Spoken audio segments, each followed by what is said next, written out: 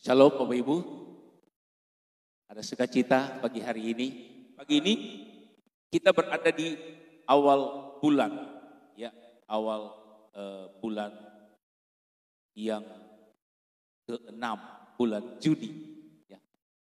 Rasanya begitu cepat, ya Bapak Ibu saudara-saudara, kita sudah kembali di awal bulan Juni. Dan kita sebentar akan makan dan minum tubuh dan darah Tuhan dalam perjamuan Tuhan. Itu sebabnya kita akan awali dengan firman Tuhan. Dan sesuai dengan surat edaran dari Menteri Agama juga, biar ibadah itu kalau bisa dipersingkat katanya. Tapi itu semua fleksibel ya. Kalau bisa dipersingkat, kalau tidak bisa dipersingkat ya berjalan seperti biasa ya. Puji Tuhan. Baik, pagi hari ini langsung saja kita membuka Alkitab kita. Kita sebentar akan makan dan minum tubuh dan darah Tuhan. Kita mendengarkan firman Tuhan. Saya mengajak kita membaca di dalam kitab Keluaran pasalnya yang ke-13, ayatnya yang ke-21. Kitab Keluaran pasalnya yang ke-13, ayatnya yang ke-21. Mari kita baca bersama-sama ayat ini. Kitab Keluaran pasalnya yang ke-13, ayatnya yang ke-21. Kita baca bersama-sama. 1, 2, 3. Tuhan berjalan di depan mereka pada siang hari dalam tiang awan untuk menuntun mereka di jalan, dan pada waktu malam dalam tiang api untuk menerangi mereka sehingga mereka dapat berjalan siang dan malam. Puji Tuhan. Saudara, kita hari-hari ini selalu mendengar kata new normal. Ya, kita mendengar bahasa itu begitu akrab di telinga kita, walaupun bahasa itu baru beberapa waktu ini kita dengar. Kita belum pernah akrab dengan bahasa itu sebelumnya. Bahasa itu adalah new normal. New normal itu memang ditujukan kepada daerah-daerah yang mengadakan PSBB, ya pembatasan yang kota-kota yang mengadakan PSBB, lalu kemudian setelah selesai mereka masa PSBB, lalu kemudian masuk pada masa yang disebut dengan new normal. Kita di Pemalang, saudara-saudara, kita tidak ada PSBB. Walaupun sampai hari ini kita masih ada jam malam, ya masih diberlakukan jam malam, tetapi kita tidak ada PSBB, sehingga Pemalang dan sekitarnya tidak ada new normal, artinya berjalan seperti biasa. Cuma saudara-saudara, kita sudah sering mendengar kata new normal. Apa sih new normal itu? Situasi seperti apa new normal itu? New normal itu saudara-saudara adalah istilah untuk sesuatu yang baru dilakukan. Satu tatanan atau cara hidup yang baru dilakukan. Yang dulu tidak dilakukan, sekarang itu dilakukan. Dulu kita kalau ketemu berjabat tangan. Sekarang kita tidak berjabat tangan.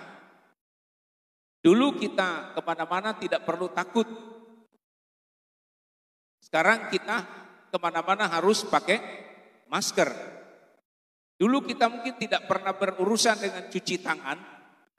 Tapi sekarang kita mau masuk ke tempat umum, kita mau belanja di satu toko, kita mau melakukan apa saja, kita harus menjaga kebersihan, mencuci tangan, dan lain sebagainya. Dulu kita tidak pernah melakukan itu, tetapi sekarang kita harus melakukan itu sebagai tatanan hidup yang baru, cara hidup yang baru. Itu yang disebut dengan new normal. Nah, saudara-saudara, apa sih yang diperlukan untuk supaya kita bisa menyesuaikan? Apa yang kita perlukan supaya kita dapat menyesuaikan dengan tatanan hidup yang baru itu atau new normal itu? Sebab kalau kita tidak dapat menyesuaikan, kita banyak protes, saudara-saudara. Kemana-mana mesti bawa masker, kemana-mana mesti cuci tangan, kemana-mana harus ini dan itu. Dulu kita kalau ketemu mesti salaman, ada cipika-cipiki lagi, saudara-saudara ya. Sekarang jangan cipika-cipiki, saudara ya. Semua itu sudah berlalu. Sekarang musimnya kita menjaga jarak, physical distancing, menjaga jarak. Sehingga ini menjadi budaya baru, Bapak Ibu Saudara. Dan kalau kita nggak bisa menyesuaikan, saudara-saudara, tentu kita akan sangat sulit. Nah, apa sih bagaimana caranya supaya kita bisa menyesuaikan, saudara-saudara? Alkitab, saya ingin coba mengajak kita melihat di dalam Alkitab ada situasi di mana Tuhan mengadakan peristiwa kepada umat Israel yang kalau mau dibilang sama, ya sama dalam tindakannya, yang saya sebut dengan new normal ala Bible, new normal ala Alkitab. Nah, kita akan melihat di sana, saudara-saudara, apa sih yang dilakukan supaya kita bisa menyikapi dengan baik, bisa mengikuti dengan baik sehingga kita bisa langsung beradaptasi dengan new normal itu. Nah, ayat yang kita baca tadi, saudara-saudara, adalah firman Tuhan yang disampaikan kepada umat Israel. Ya, sekali lagi saya baca. Ayat 21 dari Keluaran pasalnya yang ke-13, demikian bunyi firman Tuhan. Tuhan berjalan di depan mereka pada siang hari dalam tiang awan untuk menuntun mereka di jalan. Dan pada waktu malam dalam tiang api untuk menerangi mereka sehingga mereka dapat berjalan siang dan malam. Ini peristiwa umat Israel di mana ketika mereka keluar dari tanah Mesir. Di Mesir mereka ada dalam perbudakan. Mereka harus mendengar dan taat kepada majikan mereka yang terlihat. Karena mereka budak, mereka harus bekerja keras. Untuk mendapat upah, mereka harus bekerja keras. Dan supaya mereka mendapat upah, maka umat Israel harus mendengar, tunduk dan taat kepada bos mereka. Pimpinan mereka yang terlihat. Memang sih mereka bisa melakukan apa saja kalau dapat upah, mereka bisa beli ini, mereka bisa belanja itu, mereka bisa lakukan itu. Tetapi untuk mendapat upah, mereka harus tunduk dan taat kepada majikan mereka. Karena mereka adalah budak-budak yang dipekerjakan untuk menerima upah. Itu kondisi orang Israel ketika mereka berada di Mesir. Salah satu kondisi yang juga dialami oleh umat Israel ketika mereka berada di Mesir, karena mereka dalam situasi diperbudak, maka mereka tidak dapat memuliakan Tuhan dan beribadah kepada Tuhan dengan leluasa. Sulit bagi mereka untuk bisa beribadah kepada Tuhan. Karena mereka diperbudak di Mesir, mereka tidak punya kesempatan dengan leluasa untuk menyembah dan memuliakan Tuhan. Itulah sebabnya saudara-saudara, Tuhan membebaskan umat Israel di bawah pimpinan Musa. Salah satu keinginan Tuhan untuk membebaskan bangsa Israel bukan saja untuk membawa bangsa ini kepada tempat yang Tuhan sudah janjikan, tetapi salah satu kerinduan Tuhan untuk melepaskan bangsa Israel dari perbudakan di Mesir adalah supaya mereka bisa menyembah, memuji, dan memuliakan Tuhan di dalam ibadah. Jadi tujuannya salah satu adalah supaya umat Israel bebas beribadah kepada Tuhan. Ini kita perhatikan baik-baik ya. Lalu kemudian Tuhan membuat sesuatu melalui Musa dan akhirnya bangsa Israel keluar dari Mesir. Sekarang saudara-saudara, disinilah dimulai kehidupan tatanan baru bagi orang Israel. Cara hidup yang baru bagi orang Israel.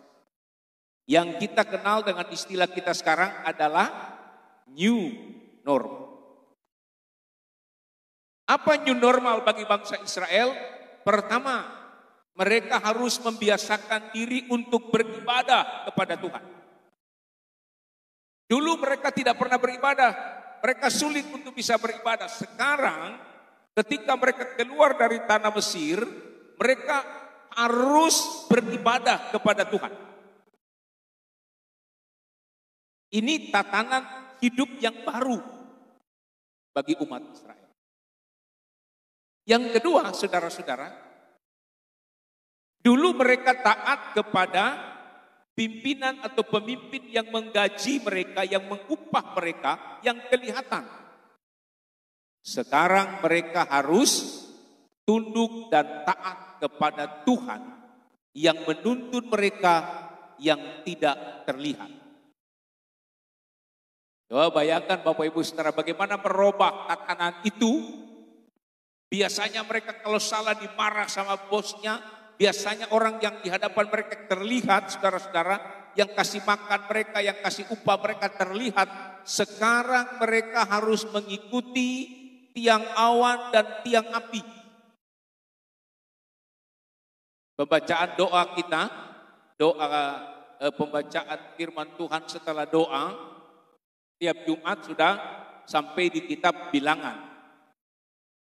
Kami membaca, di situ Bilangan pasal 11 itu mulai terlihat bangsa Israel mulai gak cocok dengan kehidupan new normal mereka. Mereka harus beribadah kepada Tuhan, diatur oleh Tuhan. Suku Ruben di sini, suku Simeon di sini, pemimpinnya harus ini, di sebelah sana Naftali, tidak boleh sama sekali semrawut, tidak boleh. Tuhan yang atur lewat Musa. Musa, Ruben taruh di sebelah utara, Simeon selatan, Naftali di belakangnya Ruben, Sebulon di samping kirinya. Tuhan atur. Tuhan yang tidak kelihatan. Yang mengatur mereka semua serba teratur. Dulu hidup mereka semrawut, maunya sendiri, sekarang mereka harus hidup dalam tatanan baru. Hidup new normal. Yang mereka harus lakukan. Mereka harus beribadah, mereka harus memberikan korban persembahan sesuai dengan apa yang diatur oleh Tuhan sedemikian rupa. Itu adalah tatanan hidup baru yang dikerjakan oleh umat Israel di bawah pimpinan Tuhan langsung. Hanya Tuhan menyampaikannya lewat seorang Musa. Nah, dalam Bilangan itu kami membaca di sana, mulai di situ mereka mulai nggak lagi bisa hidup normal, new normal tadi.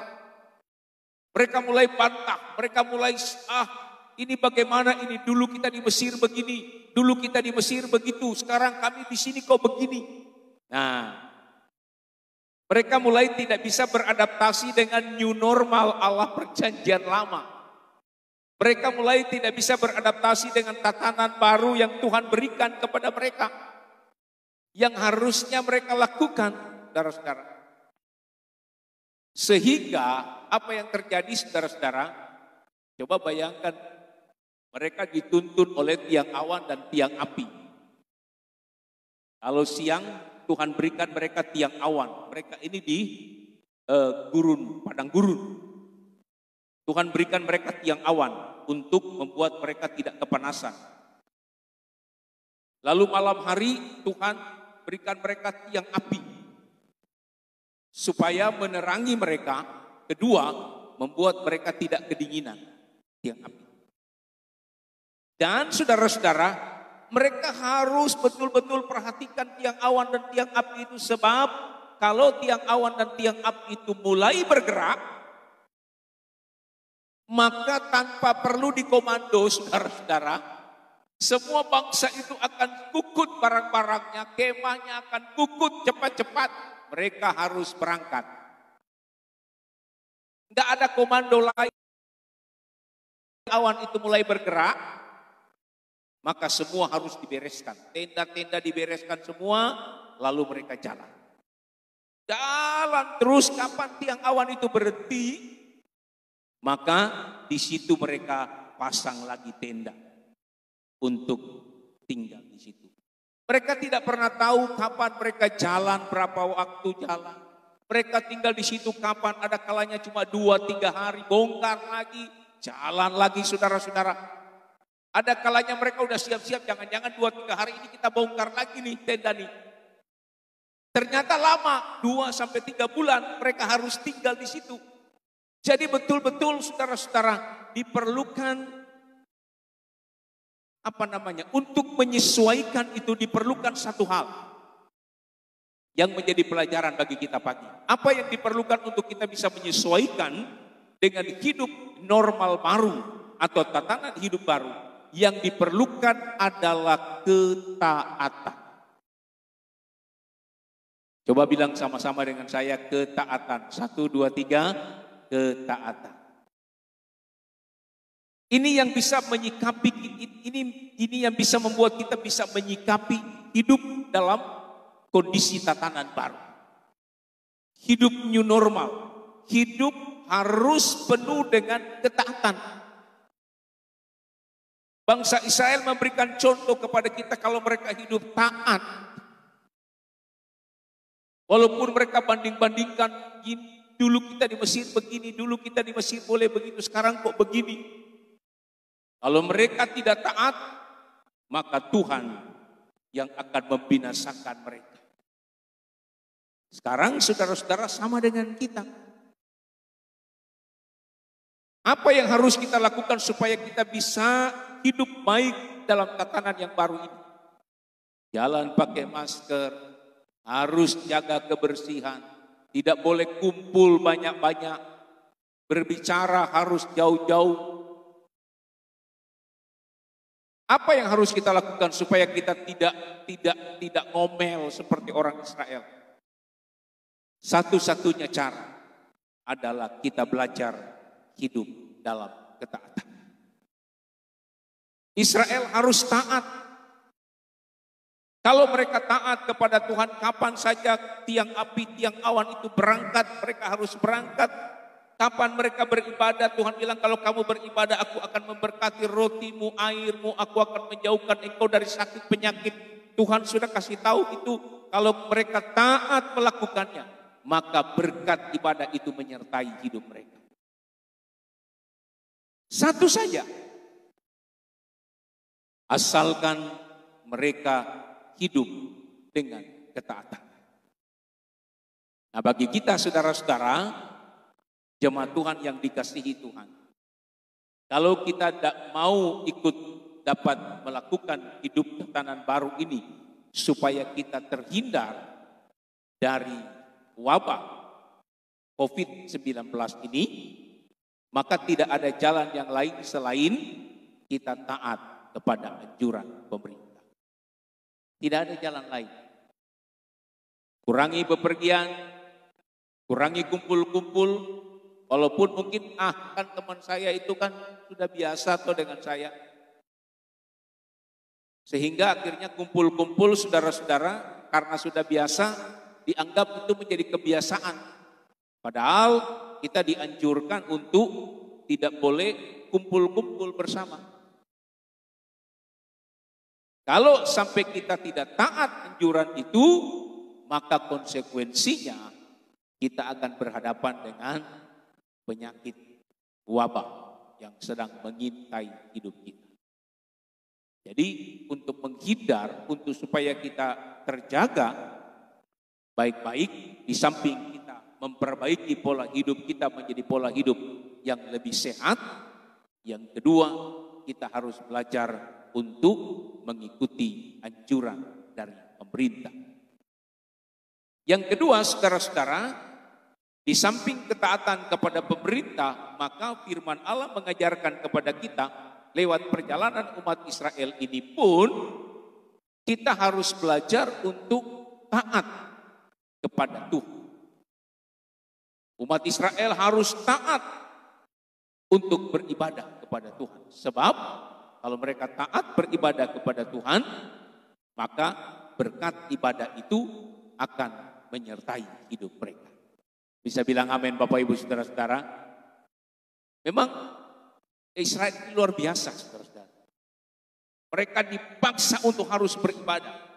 Dulu mereka mungkin tidak suka beribadah. Tapi begitu hidup normal, new normal, hidup dalam tatanan baru, mereka harus beribadah kepada Tuhan. Nah, apa yang Tuhan ajarkan kepada kita soal ketaatan ini? Mari kita coba baca. Kitab Filipi pasal 2.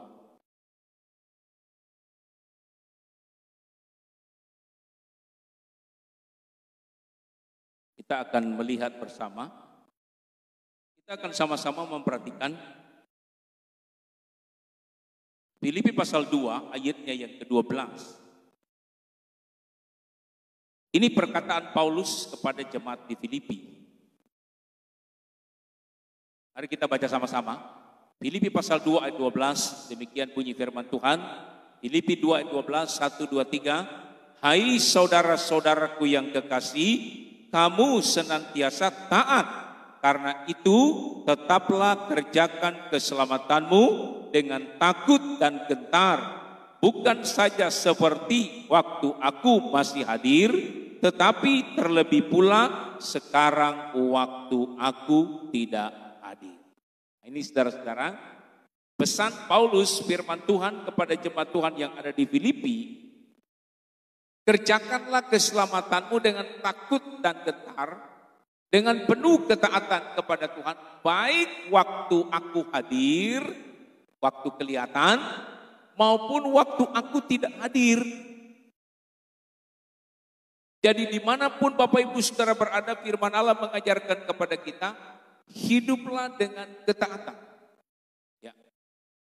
Kepada pemerintah yang menganjurkan kita untuk hidup taat, pemerintah yang kelihatan, kita belajar taat supaya kita terhindar dari wabah. Kepada Tuhan yang tidak kelihatan pun kita harus belajar taat kepada Tuhan. Ketaatan inilah yang akan membuat kita lepas dari segala kecelakaan, lepas dari segala situasi yang buruk dari hidup kita. Ketaatan kepada pemerintah membuat kita bebas, membuat kita tidak terjangkit dengan wabah. Ketaatan kepada Tuhan membuat kita menerima keselamatan yang dijanjikan oleh Tuhan kepada kita. Tuhan Yesus mengajarkan kepada kita untuk hidup taat, seperti Tuhan pun memilih untuk taat, walaupun rasanya dia tidak bisa menerima perintah Bapa untuk menjadi korban di atas kayu salib. Dia harus berdoa dengan keringat bercucuran seperti darah. Berdoa, Bapa kalau boleh cawan ini lalu, kalau boleh Bapa aku tidak mau minum penderitaan yang berat ini. Menebus dosa manusia yang begitu berat harus mati di atas kayu salib. Tetapi sekali lagi Tuhan memberikan contoh ketaatan yang luar biasa. Dari Allah yang maha tinggi, turun mengambil rupa menjadi seorang hamba, lalu betul-betul taat sampai mati di atas kayu salib. Ini ketaatan tanpa batas yang diajarkan oleh Tuhan Yesus kepada kita. Itu sebabnya Bapak Ibu Saudara-saudara, mari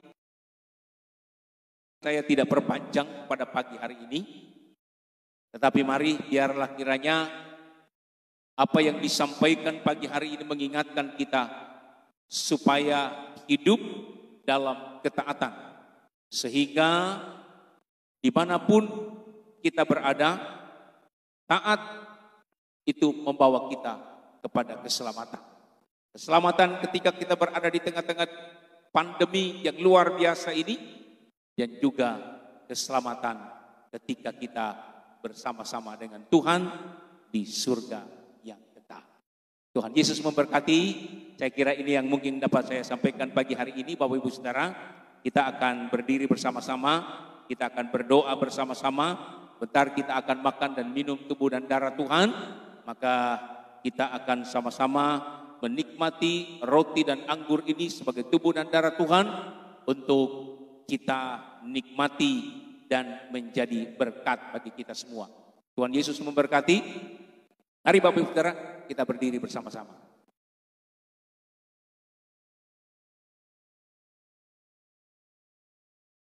Kita tunduk kepala. Kita berdiri.